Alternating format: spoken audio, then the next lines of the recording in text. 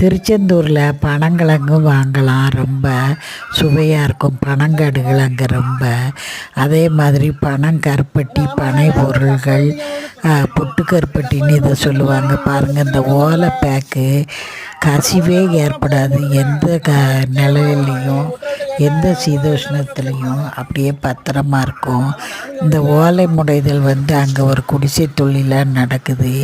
ஓலைப்பட்டியில் இனிப்பு மிட்டாய் வாங்கிட்டு வாங்க, கசிவே இருக்காது, அப்படியே பத்திரமா இருக்கும். இந்த கடல் பாருங்கள், முருகனுடைய வேல் பாஞ்சதுனால இந்த கரையை மீறி கடல் ஒரு நாளும் கோயில்கிட்ட வந்ததில்லை. கடல் முட்டுறதே கோயிலுடைய பிரகாரத்தை தான். இந்த மாதிரி அமைப்பு வேறு எந்த ஸ்தலத்துலேயும் கிடையாது. முருகனுடைய வேலுக்கு கட்டுப்பட்டு நிற்கிற இந்த அருமையை நம்ம அறுதிட்டு சொல்ல